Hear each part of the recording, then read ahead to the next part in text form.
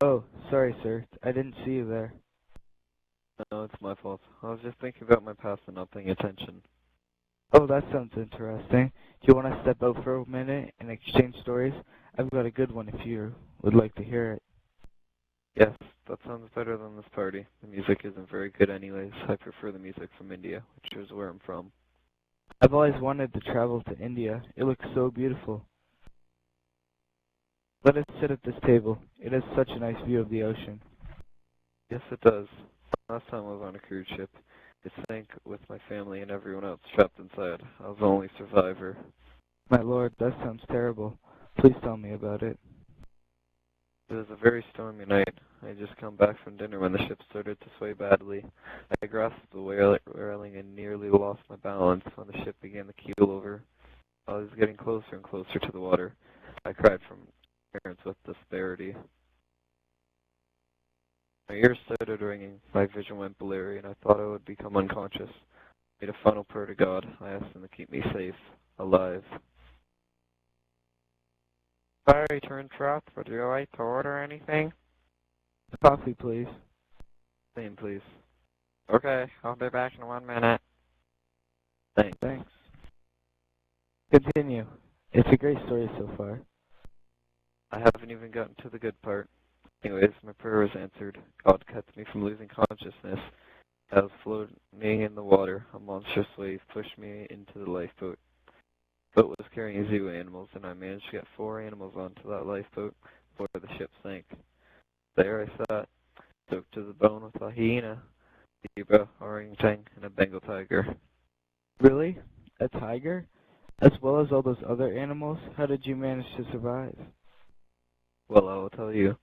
I was soaking wet with freezing cold water. I knew I had to warm myself quickly before I died of hypothermia. So I took off all my clothes and I found a nice blanket. After that I made a barrier between me and the animals with whatever seemed fit. I can't quite remember what I used though. Here's your coffee, guys. Thanks. Yes, thank you.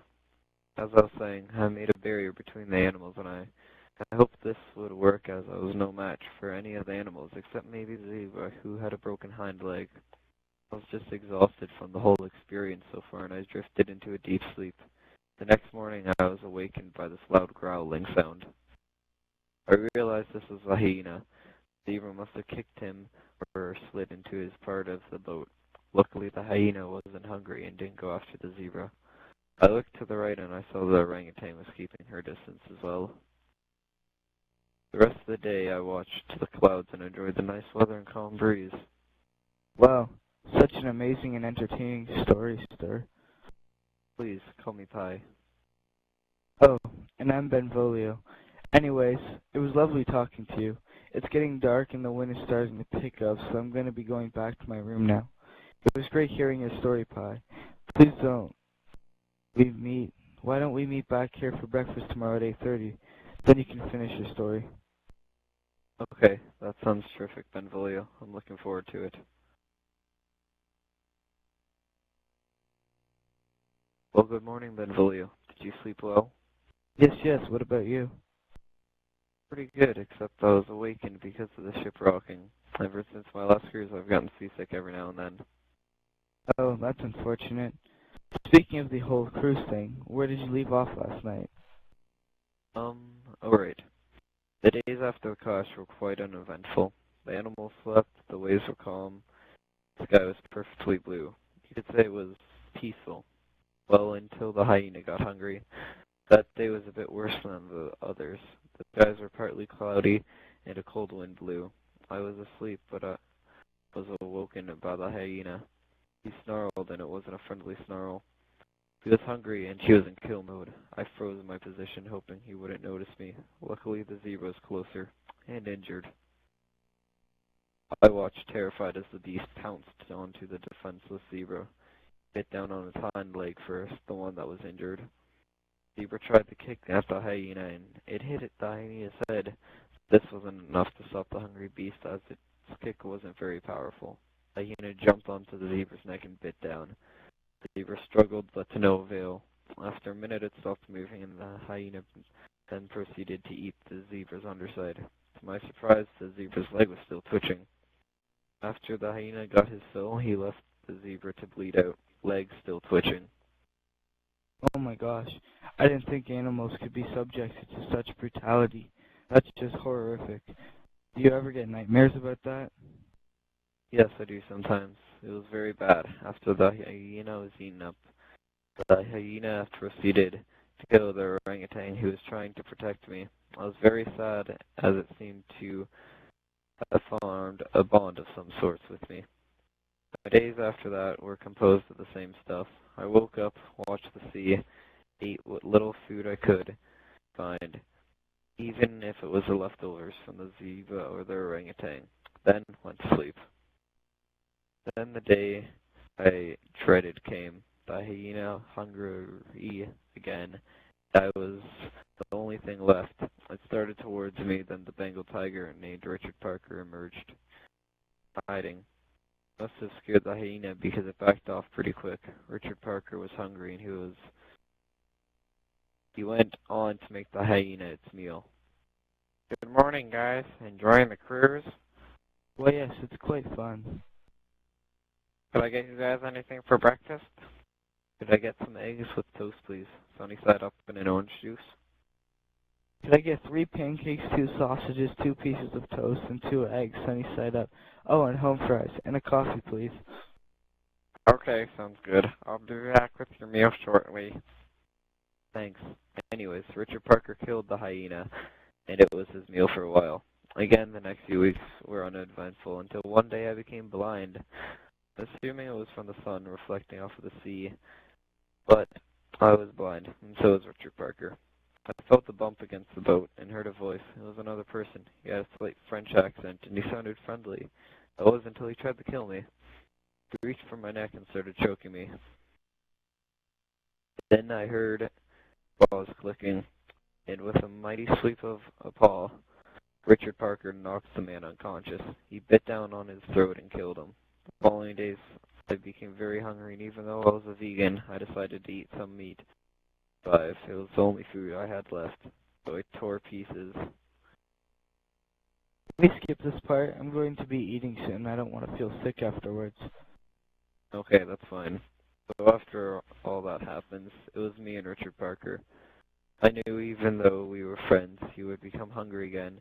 That was going to be his meal. Then I noticed he was getting seasick every time the boat was rocking. I spent a lot of time at the zoo, and I knew a lot about animal behavior. I used this as a way to train him. Every time he did something I didn't like, I would rock the boat, and he would stop. This ended up working, and I was able to make sure he didn't try to kill me. Well, that genius, Pi. It's hard to find people as smart as you these days. Well, thank you, Benvolio. Let's get back to the story. The weeks after were... Let me guess, uneventful? Yes, right. They were uneventful. Then, on the most beautiful day of them all, I saw an island. I thought you were blind. I was. I washed my eyes out with salt water, and my vision came back after 2 days of doing that. Like I said, I saw an island. It looked like paradise, except it wasn't. It was a terrible death trap during the night it was. The island wasn't made of dirt. It was made of algae. At night, that algae became really acidic and burned anything living on it to death. The water in the puddles where the fish swam also became acidic, killed all the fish in it. The only safe place was on the trees. I left soon after. In the following weeks, I drifted around until I was picked up by a Mexican boat and brought in for medical help and all that fun stuff. Wow, Pi, such an amazing story. Now I must tell you mine, even though it's not as entertaining or as good as yours. Here's your breakfast, guys. Enjoy and call me in if you need anything. Okay. Well, my story is about a boy and a girl. It's mainly a love story. So this guy named Romeo was a terrible lover. He fell in love too quickly, and he would be heartbroken when it didn't work out. One day I told him about a ball that other rich people were having. I told him he could meet a lovely girl there named Juliet. to get his mood back from whining about life to enjoying life. He decided to go, and he came to me at the end of the night and told me excitedly that he was in love again. He told me Juliet loved him, too, and they wanted to get married. Really? Marriage? After a few hours of meeting? That's really rushing things. Yes, I agree. He was kind of stupid when it came to love. Anyways, that night after we left the ball, he went over to the wall around the Capulet house, which is Juliet's family home. He was unknowingly ended up below Juliet's window. He called for her, and she looked out the window and called for him. They told each other how much they loved one another and so settled on a wedding date. The only problem is their families hate each other. The next day, Romeo is walking down the road with me and my friend Mercutio when one of the Capulets named Tybalt challenging Romeo to a duel after exchanging some mean words. Mercutio stepped into the duel, Tybalt, and he lost. Tybalt killed Mercutio, and Romeo wanted revenge. He accepted Tybalt's challenge, and even though Tybalt was a swordsman, Romeo killed him. Wow, that's quite impressive. Romeo might be a bad lover, but I wouldn't want to fight him. Oh, hand waiter, could I get some orange juice, please? Yes, 1 minute, sir.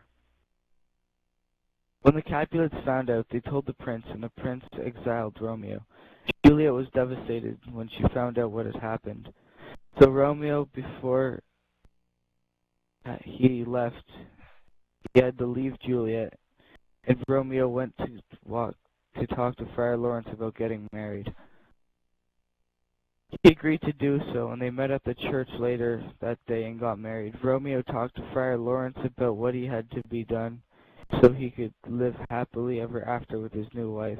Together they came up with a plan. The plan was for Romeo to stay into the next city until he got a letter from Friar Lawrence to come back to his home city.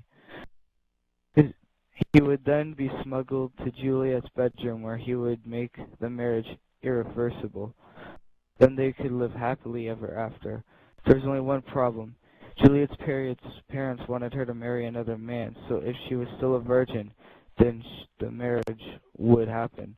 But if Romeo could change that before Juliet's wedding, then they could live together forever. Wow, that sounds really complicated. I would hate to be in the middle of something like that. Trust me, it was terrible. So since Juliet was off to get married, Friar Lawrence changed the plans. He gave Juliet a drug made from a rare flower. When she drank it, she would become unconscious for many hours. It would make her skin pale, and she would be looked as if she was dead. After she was put in her tomb, Friar Lawrence would get Romeo, and they would open it and sneak her out of it. This didn't go according to plan, though, because Romeo's servant thought Juliet was dead and told this to Romeo. Romeo hadn't received a letter from Friar Lawrence yet, so he decided to sneak into his hometown by himself. That night, he left for home. He brought a pickaxe and a shovel with him, as well as a poison he bought.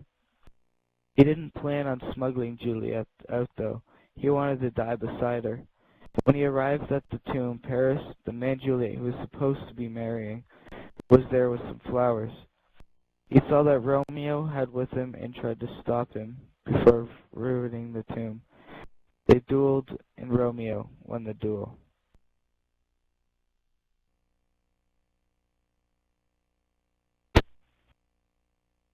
Sorry to interrupt. But would you two like anything else to eat? No, thanks. Yes, please. Could I get another 2 pancakes with sausage, 1 egg, and some maple beans, please? Yes, that sounds good. I'll be back shortly. Please continue, Benvolio. It's an interesting love story so far. Okay. Well, as Romeo opened the tomb, Paris' servant went to go get the guards, sorry. Romeo entered the tomb and saw his dear Juliet laying there on her platform. Although she wasn't dead, he thought she was. He cried out for his love for her and then grabbed her hand. He drank the poison without hesitation and collapsed to the ground. A little after Romeo killed himself, Juliet woke up and saw he was dead. He cried and proclaimed